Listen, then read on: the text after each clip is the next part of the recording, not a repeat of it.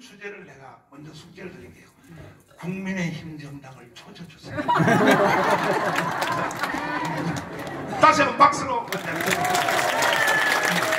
안녕하세요. 예, 제가 그 정가훈 목사님하고 손잡았다니까 한간에 설이 분분합니다.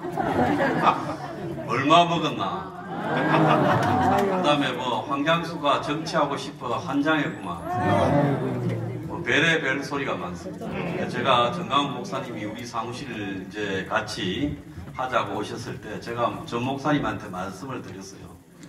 저는 국회의원이나 또 정치적으로 임명직이나 이런 거는 내 평생에 할 생각이 없습니다. 목사님도 그거 안 하실 거죠. 그래서 우리 둘 다 그런 것을 할 생각을 하지 말고 국가를 위해서 순수하게 노력을 합시다. 이렇게 말씀드립니다. 그랬는데 이제 오늘 제가 그 아까 사무실에 오전에 일 좀 하고 있는데 자유통일당이라는 데서 전화가 오셨어요. 앞으로 비례대표나 이런 걸 가지고 서로 싸우면 안 되고 그래야 앞으로 오래가고 싸울 생각도 없고요. 애초에 저는 이 정치에 대해서 환멸을 가지는 사람입니다. 제가 일찍 37대, 36이네요. 오영식이, 이인영이, 우상호, 임종석이하고 저하고 젊은 피 5인방으로 민주당에 영입돼 갔다가 그쪽의 좌파성에 대해서 공개적으로 입장을 발표하고 탈당을 한 사람입니다.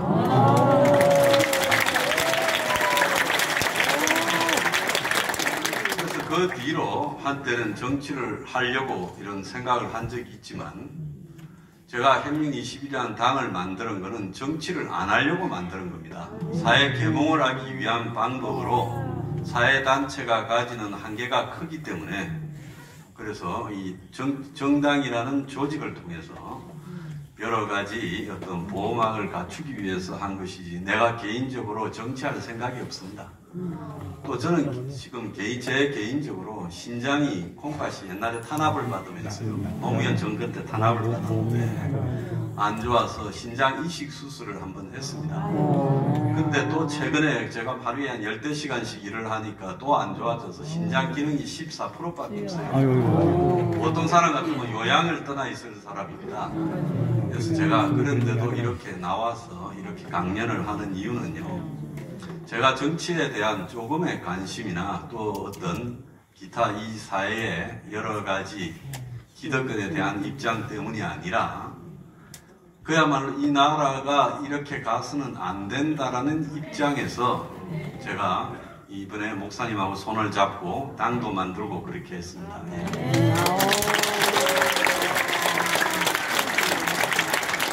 자, 그래서 제가 지난번에 이렇게 목사님하고 같이 하기로 했을 때 우리 당의 많은 당원이나 또 회원들이 뭐 목사님을 비판하거나 이쪽을 또 비판할 때 내가 일체 비판하지 마라 그랬습니다. 왜?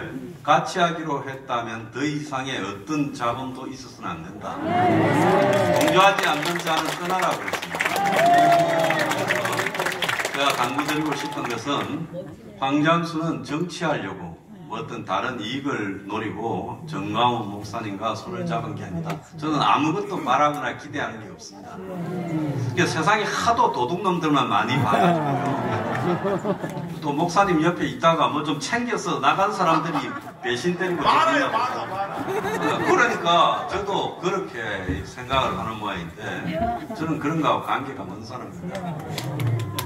저는 어제 이제 크리스마스였잖아요. 두 가지 이야기를 하나 좀 드리고 싶어요. 옛날에 한 2000년 전에 예수님이 태어났을 때 예수님은 기득권이었습니까? 혁명가였습니까? 혁명가. 그렇죠. 당시에 이스라엘이 로마의 지배하에 있던 식민지, 그때 일제하에 식민지 같은 식민지였잖아요. 빌라도 총독이 있었지 않습니까? 그때 이스라엘 왕이라는 것은 고종 비슷한 처지였잖아요.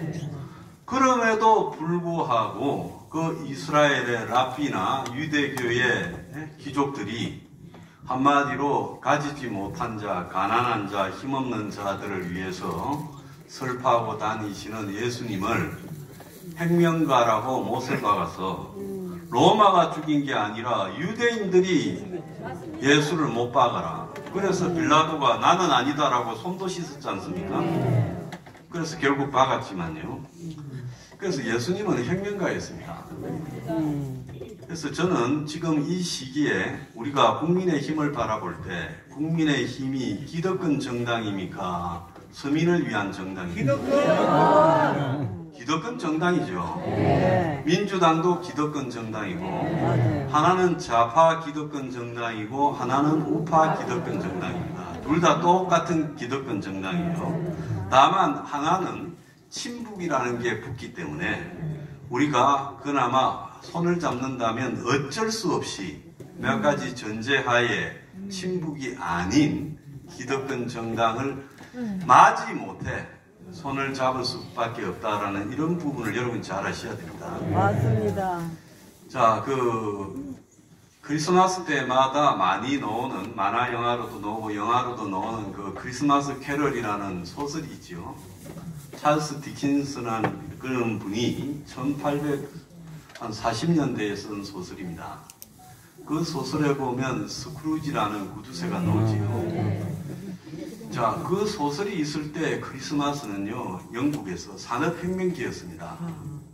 그래서 노동자들은 크리스마스 날도 나와서 10시간씩 일을 했어요. 귀족들만 산업혁명으로 얻은 엄청난 수익을 즐기던 귀족들만의 크리스마스였어요. 그런데 이 찰스 디킨슨이라는 소설가가 구두방에서 10살 때부터 나가서 일을 했어요. 하루에 15시간씩 일을 했습니다. 그러면서 밤에 엄마한테 혼이 나면서도 공부를 해가지고 아버지는요, 빚을 못 갚아서 당시 빚 못 갚는 사람도 채무자 감옥에 보냈습니다. 15년을 받았어요. 그런데 그렇게 노력을 해서 신문 기자가 되고 글을 쓰고 소설가가 되었습니다. 그래서 크리스마스 캐럴이라는 소설을 썼어요. 그런데 이제 그 소설에서 이 세 가지 유령이 나오지 않습니까? 과거, 현재, 미래 유령. 그래서 이 한마디로 돈에 집착하고 그리고 약하고 힘없는 사람의 권리를 갖다가 조금 더 인정하지 않고 탐욕적인 자본가를 굉장히 비판했지요. 그 소설이 영국의 자본가들, 미국의 자본가들, 세계 자본가들한테 퍼져나가면서 자각을 했습니다. 야, 우리 공장의 노동자들한테 크리스마스 때는 쉬게 해야 되겠다. 칠면조를 한 마리 줘야 되겠다. 월급을 좀 올려줘야 되겠다. 그렇게 해서요, 오늘날 전 국민이 즐기는 크리스마스가 시작한 겁니다. 아시겠습니까, 여러분? 그래서 여기서 제가 말씀드리고 싶은 핵심은요, 이번에 크리스마스라고 많은 대형교회 목사님들이 언론에 인터뷰하더만요. 낮은 곳으로 임한다 이렇게 이야기합니다. 진짜 그분들이 낮은 데 있습니까? 네, 개소리 하지 마라. 또 한 분 제가 굉장히 존경하는 분은 윌리엄 윌버포스라는 분입니다. 이분은 1700년대 말에서 1800년대 중반에 영국에 사셨던 분인데요. 굉장히 부잣집 아들로 태어났어요. 근데 몸도 약하고 눈도 잘 안 보이고 이런 어려움이 있었습니다만은 금수저를 물고 태어났으니까 젊었을 때 굉장히 방탕하게 살았습니다. 그때 영국은 전 세계의 무역을 독점했어요. 그래서 200만 명의 흑인 노예를 아프리카에서 잡아다가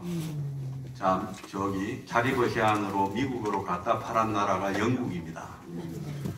그래서 영국에도 당시 성공회라는 교회 속에서 많은 사람들이 그렇게 해서는 안 된다. 흑인도 사람인데 어떻게 사람이 사람을 갖다가 팔고 강제 노동을 시키고 이런 일을 할 수 있느냐. 여러분 그 어메이징 그레이스라는 찬송을 아시죠? 네. 그 찬송을 만든 분이 존 뉴턴이라는 분이지 않습니까? 그분이 처음에 뭐 했는 줄 압니까? 노예상을 했죠.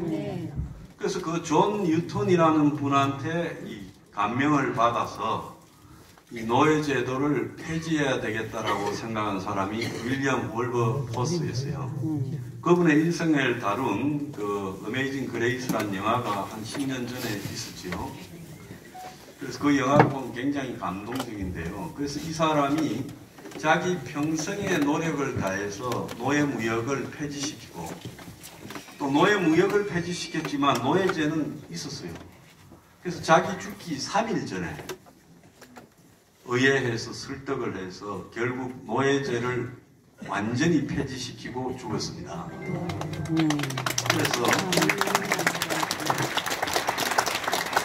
오늘날 세계 자본주의나 오늘날 한국 같은 이런 민주주의의 근원에는요, 저절로 그렇게 된 것이 아니라 항상 각성을 한 사회 지도층이나 또 각성을 한 지식인들의 노력 때문에 오늘날 우리가 크리스마스도 즐기고 이런 민주주의 자본주의 나라를 이룩하면서 살고 있는 겁니다. 지금 그 모든 언론은 내년이 한국 역사상 가장 경제적으로 어려운 한 해가 될 거라고 그렇게 예측을 하고 있습니다. 자, 그런 어려운 한 해에서요, 객관적으로 보면 좌파가 우파를 당하지 못하지만은 경제적으로 어렵게 되면 좌파의 선동이 먹혀들면서 항상 뒤집어지기 마련입니다. 지난 2020년 때 코로나 때 한번 보십시오. 총선 때 돈을 뿌리니까 그 돈 뿌린 부분이 72석의 차이를 넣지 않았습니까? 180대 108로 지지 않았어요. 8.5%가 졌죠. 자, 우리나라 국민의 수준이 여전히 매표에 그 정도로 취약하다는 겁니다. 아시겠습니까? 그럼 야당이면 매표를 하지 못하지 않겠냐 하지만은 이제 매표 대신에 선동이 자리하고 있습니다. 경제적으로 어려운 자리에 선동이 이제 들어가게 돼 있는 거예요. 근데 지금 국민의힘의 의원들이나 국민의힘의 지도부는요, 제가 봤을 때 우리나라의 기득권 중에 기득권을 쌓은 사람들이에요. 저 민주당은 그야말로 운동권 출신 하다가 어쩌다가 기득권이 된 천민 기득권이고, 국민의힘은 오리지널 기득권들이죠. 맞아요. 그러지 않습니까? 맞아요. 자, 그런데 우리나라의 국민들은 우리나라가 중산층 사회라고 생각하는데 우리나라는 중산층 사회가 아니라 서민과 빈곤층의 사회입니다. 엊그제 통계청의 조사에서 나왔죠. 우리나라 국민들의 57.4%가 재산이 3억이 안 된답니다. 가구당 집을 포함한 순자산이 57.4%가 3억 미만입니다. 여러분, 집 포함해서 3억 미만이라고 하면 가진 게 거의 없지요. 국민 10명 중에 6명이 가진 게 별로 없는 나라입니다. 10억 이상 순자산이 있는 사람이 10.2%라고 합니다. 국민의 90%가 집을 포함해서 10억도 없어요. 서울의 집 한 채가 10억, 20억, 30억씩 해도 100억짜리도 있어도 국민의 90%가 가진 돈이 10억이 없는 겁니다. 그러니까 제가 정확하게 이야기해 보면 대한민국의 1000만 명은 빈곤층입니다. 그 다음에 대한민국의 3000만 명은 서민층입니다. 그 중에 뒤섞여 있지만 2400만 명은 무주택자입니다. 집 없는 사람이 46%입니다. 그러니까 대한민국의 오늘날 현실은요, 경제적으로 우리가 뭐 세계 10대 강국이니 여전히 하지만은 솔직히 말하면 객관적으로 우리도 여전히 어렵고 가난하고 그렇습니다. 그래서 이런 우리 경제 상황에서 국민의힘 같은 저런 가진 자들, 기득권만을 위한 정책, 부동산 개발 정책, 그리고 또 규제 완화 정책, 이런 것들만을 쓰면서 총선이 이길 거라는 이런 모양대로 내버려 두면요, 절대 못 이깁니다. 여기서 우리가 목사님의 지하에 의지를 다져서 내년 총선에 이긴다. 정말 여기서 국가에서 혜택도 받지 못한 대다수가 서민인 여러분들이 총선에 이기겠다고 이렇게 말을 하고 다지고 있습니다만은 여러분들은 애국자라서 그렇고요. 보기 드문 실제로 대한민국의 대다수의 국민들은 애국자가 아닙니다. 그러지 않습니까? 맞아요. 자, 그렇다면 객관적으로 경제가 역대 최악의 상황. 자, 요즘 카페가 하루에 34개씩 문을 닫는데요. 1년에 올해 13,000개의 카페가 문을 닫았어요. 솔직히 말하면 자영업자고 기업이고 역대 최악의 경제 상황이 닥쳐오고 있습니다. 지금 벌써 서울에서 경기도 위성도시에서 반값 아파트가 등장하고 있지 않습니까? 자, 부동산 투기에 기반해서 주식 투기에 코인에 기반해서 많은 한국의 중산층이나 그런 사람들이 거기에 투기로 돈을 벌으면서 자기의 삶이 안정적인 줄 알고 착각하고 살았지요. 그런데 지금 그 사람들 삶이 송두리째 흔들리고 있습니다. 자, 5억 있는데 신혼 특례다, 애 낳았으니까 돈 빌려줄게 해서 정부에서 5억씩 빌려줍니다. 그 돈으로 집을 샀다가 집값이 5억이 되면 어떻게 됩니까? 자기 돈 다 날라가버리고 빚만 남는 거죠. 지금 젊은 애들이 몇 년 전에 집 올라갈 때 집 샀으면 벼락 부자라고 하고 집 안 샀으면 벼락 거지라 했는데 이제 집 산 놈들이 다 벼락 거지가 되겠습니다. 맞아. 그래서 지금 경매에 집이 넘쳐나고 있습니다. 집값은 앞으로 2, 3년 더 떨어질 거예요. 이제 떨어진 집값은 제가 생각할 때는 거의 안 올라갈 거라고 보고 있습니다. 자, 그래서 지금 한국뿐만 아니라 미국에서도 역사상 미국의 국민들이 평범한 사람들이 이렇게 살기 어려운 적이 없었다. 집값 내고 미국 사람도 1억 명 이상이 월세 살아요. 집값 내고 그 다음에 차 할부금 내고 카드값 내고 나니까 먹고 살 돈이 없다라는 게 오늘날 미국의 실정입니다. 중국 경제는 다 망해서 아마 내년에는 드디어 중국 경제가 완전히 내려앉아서 커지는 모습을 볼 겁니다. 얼마 전에 중국 공산당이 회의를 했어요. 경제를 어떻게 막아야 되냐. 결론이 뭔 줄 압니까? 우리 경제 살아나고 있다, 우리 잘 산다고 하는 노래를 퍼뜨리라 했던 거예요. 이제 막장까지 갔다고 봐야 되겠죠. 그래서 제가 여러분한테 당부드리고 싶은 것은 우리의 의지만으로 총선에 이기는 게 아닙니다. 그리고 한동훈이가 어떻게 되든 김건희 특검을 어떻게 하든 이재명이 어떻게 되든 뭐 민주당이 갈라지든 이준석이가 나가든 이런 거하고 관계없이요. 이 총선은 경제적인 상황에 의해서 끝나버릴 수가 있다는 걸 우리가 굉장히 명심을 해야 됩니다. 그래서 정부가 총선 뒤로 PF, 부동산, 프로젝트 파이낸싱, 건설사들이 은행들한테 그냥 입만 들고 시행업자들이 돈 빌린 게 지금 정부는 134조라는데 제가 계산해 보니까 180조는 확인했어요. 200조가 넘습니다. 지금 이게 수습이 불가능할 정도로 터져가고 있어요. 그래서 얼마 전에 정부가 총선 뒤로 미루려다가 총선 전에 건설사와 금융사를 터뜨리겠다 선별적으로 이야기를 한 거죠. 굉장히 어려운 조건이 기다리고 있습니다. 야당의 선동이 통할 수 있는 환경이 지금 되고 있고요. IMF 때는 한국이 8% 성장을 할 때였습니다. 지금은 1.3% 성장을 합니다. IMF 때는 대상이 되어서 거기에 어려웠던 국민이 300만 명밖에 없었어요. IMF 때 망한 사람은요. 이번에 경제 위기가 오면 국민 절반은 망합니다. 그렇기 때문에 엄청나게 어려운 시기가 다가오고 있다는 걸 우리가 알아야 됩니다. 그러면 저 기득권 국민의힘이 여기서 어떻게 해야 되는가? 제가 목사님하고 손을 잡아서 정말 우리도 이기고 목사님도 이기고 국민의 힘도 이기는 그런 어떤 윈윈을 해야 되겠다 생각해서 제가 국민의 힘이라는 당을 꼴보기 싫어하지만은 목사님한테 손을 잡읍시다라고 말씀을 드렸습니다. 난 절대로 맹목적으로 무조건적으로 도와줘서는 안 된다는 거예요. 그래서 저 국민의 힘이 경제 정책을 과감하게 사회개혁적인 정책으로 서민을 위해서 없는 사람을 위해서 전환하도록 해야 된다 하는 요구를 제가 단단히 내걸자고 했습니다. 물 목사님 마음이 좋아가지고요. 윤 대통령이 전화와서 정강훈 목사님 좀 살려주십시오 하면 또 들어줄지 몰라요.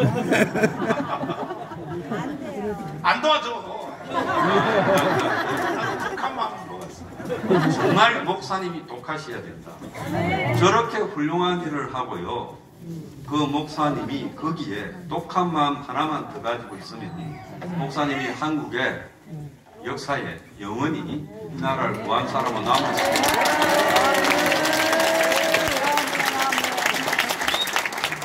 그래서 제가 목사님께 서로 힘을 합치자고 하면서 이야기한 게 있습니다. 저는 아무 배설 안 합니다. 출마도 안 합니다. 비례든 지역이든 출마도 안 합니다. 또 저는 임명직을 시켜준데도 거절을 합니다. 또 내 몸 상황도 별로 그런데 할 만큼의 상황도 아닙니다라고 말씀드렸어요. 그러면 아무런 욕망도 없는 사람이 왜 일을 하냐? 저는 이 나라의 정말로 어려운 서민층을 위해서 선거가 그들을 살리는 기회가 돼야 된다.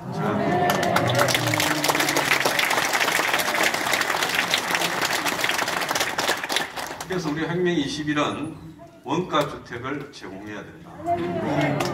비어있는 경찰서, 파출소 이런 데 가면 파출소 하나에 마당하면서 땅이 한 300~400평이 있습니다. 소방서, 학교, 요즘 폐교되는데 수두로 갑니다. 쓸모없는 공항도 많습니다.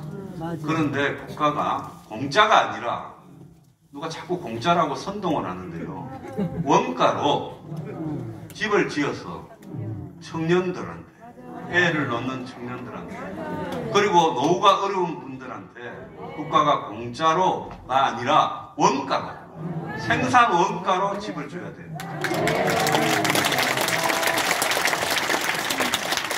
제가 조사를 해보니까 건설비 올랐다지만 건설사의 회장님이 솔직하게 저한테 짜배갑니다. 550만 원이면 집 짓는다. 맞아. 떡을 친다고. 그래서 우리가 평당 700만 원이면 아파트를 공급할 수 있다. 그래서 30평짜리 아파트가 2억 1천만이면 족하다는 겁니다. 지금 원가주택을 제공하자. 그 다음에 사교육은 폐지하자. 자, 조국 딸 한번 보십시오. 청문회 나가 거기 끌려놓은 장관 후보들, 자식들 한번 보십시오. 전부가 사교육 컨설팅. 그래서 부자들은 자식을 대학 보내는 한 3,000가지 방법을 갖고 있습니다. 자, 공부를 잘하나 못하나 똑같이 대학을 가야죠. 저는 고등학교 때 좀 놀았습니다. 서울대 간 이유가 뭔 줄 아십니까? 학력고사 점수를 받아서 등수대로 하니까 갔습니다.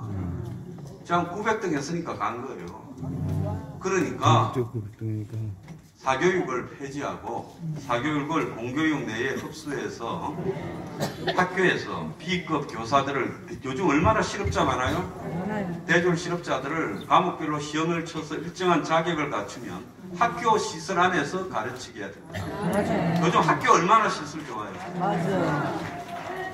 그리고 보육요. 애들 유치원비를 보육비를 정부가 지원해 준대도 유치원에 한 달에 40~50만 원씩 더 갖다 줘야 되죠. 많은 데는 100만 원씩 더 줘야 됩니다. 요양병원 요즘 간병비 올려준다 해도요.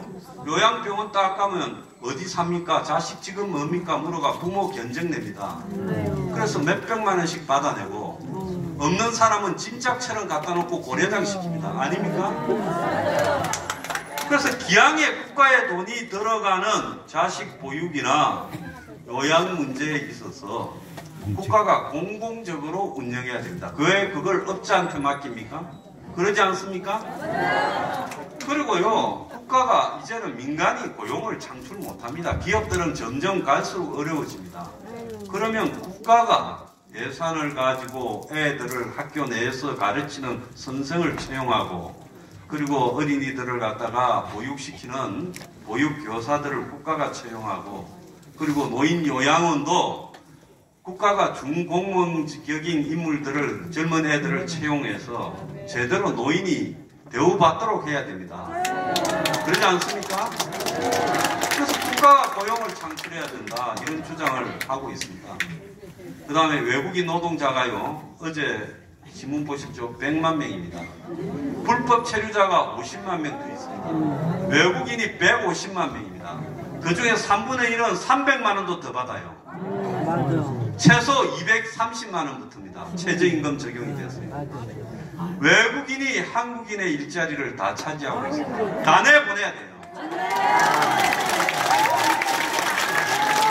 그 일자리를 좀 더 개선시키고, 그리고 정부가 장려금을 조금만 더 주면 환경을 개선시키고, 그러면 한국의 젊은이들도 일을 할 수 있습니다. 일하지 않는 젊은이들한테는 사회복지 체계에서 배제시켜야 됩니다. 자, 그리고 요즘 플랫폼 있지요. 택시도 플랫폼이고 온갖 게 다 전자상거래 플랫폼이지 않습니까?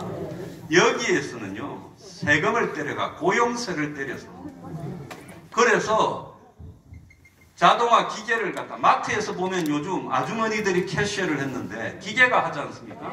가게에 가도 기계가 하잖아요. 키오스크라고요. 은행에 가도 기계가 합니다. 전부 세금을 때려야 돼요. 기계에. 그 세금으로 고용을 하도록 해야 돼요. 그리고 마지막으로는 저희들은 북한하고의 관계에서 평화는 없습니다. 우리가 핵을 가져야만이 미국의 대통령이 누가 되든지 미국이 언제든지 변심하든지 우리가 살 수 있습니다. 그것이 진정한 자유통일이에요. 이런 것들을 제가 목사님한테 국민의힘에 요구를 해야 된다고 생각합니다. 그런데요, 여러분 잘 한번 생각해 보세요. 지금까지 아스팔트 보수들이 국민의힘을 맹목적으로 엄청나게 도와줬습니다. 맞아요. 문재인 정권 때 저 뒤에 사진에 놓는 몇백만 명이 길거리 나와서 도와줍니다. 이럴 때는 고마워합니다. 그렇지만 그 시기만 지나고 나면요, 보수 숫골들하고 같이 힘을 합치면 도움 하나도 안 된다. 좀 뒤에 빠져 있어야 된다. 그래서 무슨 정광훈 목사님이 불가촉 천민입니까? 네? 전부 정광훈을 모르고 하잖아요. 정광훈은 밤에만 만나는 사람입니까? 낮에는 모르고? 이게 말이 됩니까? 도와줬으면, 살려줬으면, 나라를 구해줬으면, 애국심으로 온 열정을 바쳤으면, 대한민국의 애국의 정광훈 목사님만큼 많은 시간과 돈과 정열을 바친 사람이 있습니까? 그러면 그들은 어떻게 해야 되겠습니까? 정 목사님이 성직자니까 정치에 직접 개입은 안 하더라도 나라가 어려움에 몰렸을 때 찾아와서 상의하고 정중하게 용산대에 불러가지고 언언도 하고, 그럼 최소한 모습을 보여야 되지 않겠어요? 그럼 이제 어떻게 합니까? 자, 이번에 한동훈이 되자마자 제가 그랬어요. 기착지를 알고 가야지. 사람이 선장이 누구가 되든 그게 국민의 힘을 구하는 게 아니다. 올바른 방향과 목적지로 가야 된다니까. 나침판이 있다고 하더만 제 말 들은 것 같아요. 자, 그 다음에 사회적 약자와 소외받은 사람들이 너무 많은데 이 사람을 위하지 않으면 안 되겠다. 이러니까 서민과 약자를 위한대요. 자, 이제는 어떤 사람을 또 찾아다니겠어요? 좌파를 찾아다니겠지요. 그래서 저는 보수 우파, 아스팔트 우파가요, 철저하게 서민을 위한 사회개혁을 요구해야 된다는 겁니다. 아시겠습니까?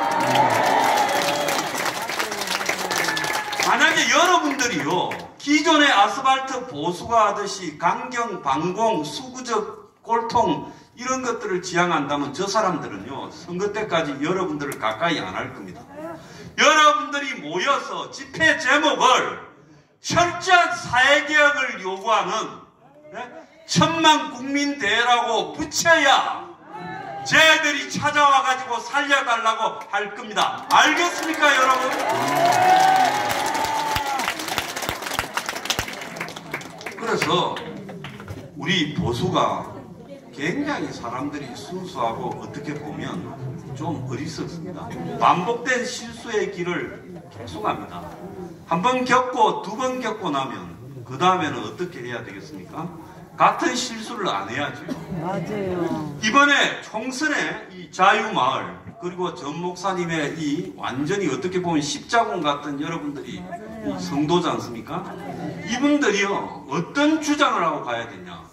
국민의힘 기득권을 보고 서민을 위해서 과감히 사회를 개혁하라고 몇 가지 주장을 내걸고 그들에게요 강력하게 요구를 해야 되는 겁니다. 아시겠습니까, 여러분?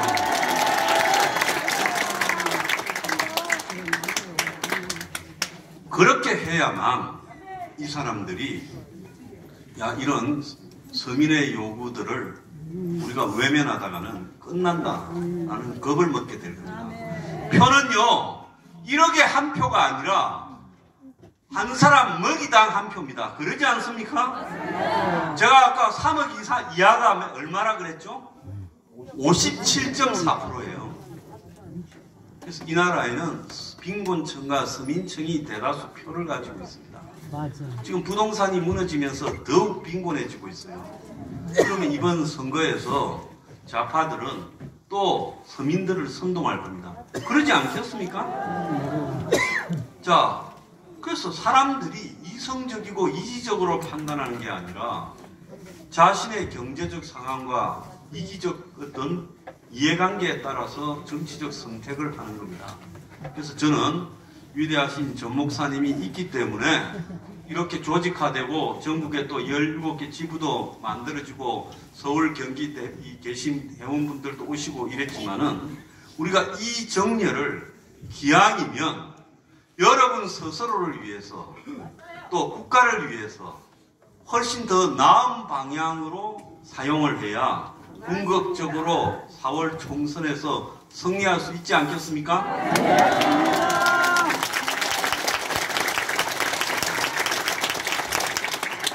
그래서 과거에 우리가 하던 어법, 과거에 우리가 쓰던 용어 이런 것들을 굉장히 바꾸고요. 정말로 이번 총선은 서민개혁을 요구하는 총선이다 이래야 한동훈이가 여기 찾아올 거예요, 목사님.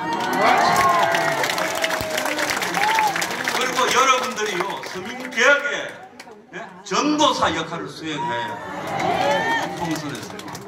그것이 여러분 삶을 개선시키는 길이고 더 나아가서 대다수 남은 국민들의 지지를 받는 길입니다. 아시겠습니까, 여러분? 저는 아무 사심이 없습니다. 내가 출마도 안 하고 내가 뭘 뱃설도 안 한다고 말씀했죠.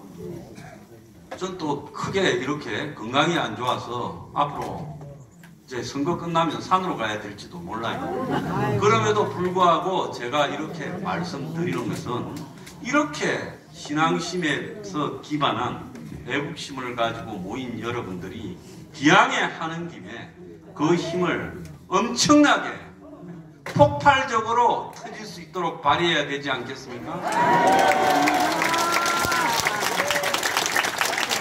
총선을 앞두고 여러분들의 이 진짜 훌륭한 애국심, 대한민국에 다 이 기득권층, 잘 사는 사람, 상위 10% 안에 들어가는 사람들 다수가 크리스마스라고 놀러 가고 그 다음에 명품 뭐 막 좋은 데 가서 밥 먹고 이런 일에 열중하면서 살아가지 나라는 자가 되든 우가 되든 관심이 없습니다. 서민 보수가 이 나라를 구하고 있는 거예요. 그래서 우리가 기왕에 나라를 구하기 위해서 일어선 것은 맞지요? 그렇다면 국민의 힘이라는 사람들이 정말로 고마워하면서 찾아오게 만들어야 안 되겠습니까? 저는요 개인적으로 윤석열 대통령이 검찰총장을 하다가 지난 2019년 8월 말입니까? 조국을 압수수색했을 때 그때 민주당부터 문재인까지 전부 윤석열 두들겨 잡으려고 했을 때 여기 있는 황장수가 생방송으로 오늘 오후에 홍대 앞에 모이라고 해서 사람을 1,500명 모으고 그 다음에서는 홍대 앞에 10,000명을 모아서 청와대까지 진격을 하고 그 이후에 코로나로 집회를 못할 때까지요 12번에 이르는 집회를 하면서 윤석열을 지키자고 했던 사람입니다. 그렇지만 하지만 그분이 주변에 사람을 모으고 기득권 후보가 됐을 때 뼈아픈 충고를 하고 서민을 위해서 개혁을 하고 가진 자의 편에 서지 말라고 비판을 해서 한때 사이가 좀 멀어졌고 지금까지 맹숭맹숭하게 지냅니다. 그렇지만은요, 우리가 뭐 저하고 그분하고의 관계나 이런 것들보다 진짜 중요한 것은 나라가 살아야 됩니다. 일단 종북 친북한테 나라를 구해야 되니까 우리가 이번에 이기게 서로 힘을 모아야 되는데, 중요한 것은 지금 저 국민의힘 국회의원들로는 안 된다. 물갈이 해야 된다. 여기서 열심히 일하시는 분들이 정말로 국회, 서민의 대표가 국회로 가야 됩니다. 국회의원 하는데요, 제가 계산을 해보니까 저도 당을 가지고 있고 우리 당에서도 많지도 않습니다. 한 4명 나가려고 그래요, 지역에. 그런데 그분들한테 나중에 이제 같이 힘을 합치면 서로 조율하면 되겠지요. 그런데 그분들한테 당에서 얼마나 들까 생각해 보니까 2, 3천만 원도 안 들어요. 국회의원 한 명 내는데. 우리가 플래카드를요, 지난번에 1000개를 걸었어요. 플래카드 하나 인쇄 얼마 했는 줄 압니까? 6,000원 했습니다. 그리고 당원이 다 걸었어요. 선관위 현수막 1개 그 정부 돈으로 보상해주는 선거 공영제에 얼마인 줄 아십니까? 12만 5천원입니다. 그러니까 돈 안 드는 선거를 얼마든지 여러분들이 해서 이길 수가 있습니다. 그래서 돈 없이 그야말로 자유통일당도 지금 정부에서 1원도 안 받지요. 네. 그런데 선거 공영제라고 해놓고 국민의힘하고 민주당에는 1년에 수백억씩 주고 선거가 있는 해는 또 더 주고 저 두 당에는 떨어져도 3, 4억씩 보전을 해주고 대선 떨어지면 600억씩 보전해줍니다. 이게 선거 공영제입니까, 여러분? 자, 그러니까 이번 총선에서요, 단단히 서민 위주로 사회개혁을 하도록 견인을 하고, 한동훈이가 서민이라고 할 수밖에 없을 겁니다. 사실 본인은 서민이 좀 아니니까 서민이라 해야 살지요. 자, 그래서 단단히 견인을 하고, 두 번째로는 그 내부에 확실한 물갈이를 하도록 만들고, 그리고 서민을 위한 과감한 사회개혁안을 저들이 받도록 해야 되는 겁니다. 아시겠습니까, 여러분? 제가 전 목사님을 모시고 그걸 하겠습니다. 저는 아무것도 원하는 게 없습니다. 여러분, 제 진심을 믿습니까? 자, 여러분, 우리 싸워서 꼭 승리합시다. 감사합니다.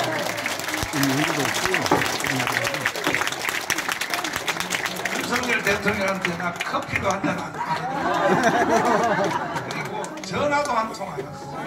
자, 이제 앞으로 매일 밤마다 어떻게 하오리까 하고 전화하게 해야죠. 자, 지금 강의하신 우리 소장님의 강의가 공감이 일어나요?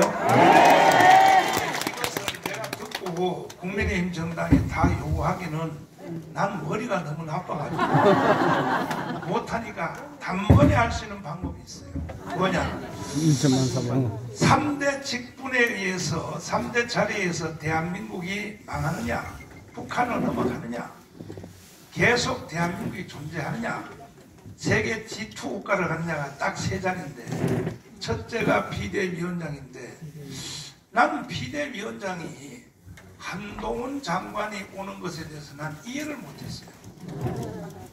그분은 정치를 안 해본 사람이야. 그래서 나는 원희룡이가 오기를 바랐어요. 그분은 국회의원을 3번 했고 제주도 도지사를 2번 해가 안단 말이야. 그런데도 뭐 무조건 뭐 이미 정해졌으니까 그건 할 수 없고, 두 번째가 뭐냐 하면은 공천위원장이에요. 이 황교안이가 왜 망했느냐? 공천위원장 완전히 망한 거예요. 그래서 공천위원장을 잘 세워야 되고, 그 다음에 그보다 더 중요한 사람이 누구냐면 선거 전체를 지휘하는 선대위원장을 황장수로 보내야 돼.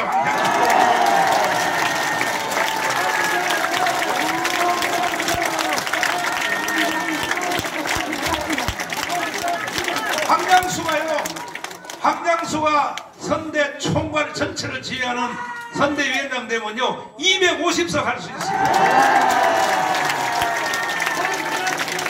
동의하십니까? 반드시 내가 한동훈 장관한테 압력을 넣어가지고 당신은 절대 못해내. 그러니까 선대위원장을 황당수한테 맡겨가지고 지금 여러분이 집 있는 사람 40평 아파트 가진 사람 40평 아파트 있는 사람 하나 둘 셋 이것들은 부르주아야. 내일부터 오지마. 나머지는 다 보세요. 다 거지들만 모여. 다 거지들이 거지. 그러니까 거지들의 마음을 사야 250억사 하잖아요. 그래서 내년 4월 10일 총선이 끝나면 우리는 어느 정도 변화가 아니냐, 서서히 변화가 혁명적으로 변화해. 싹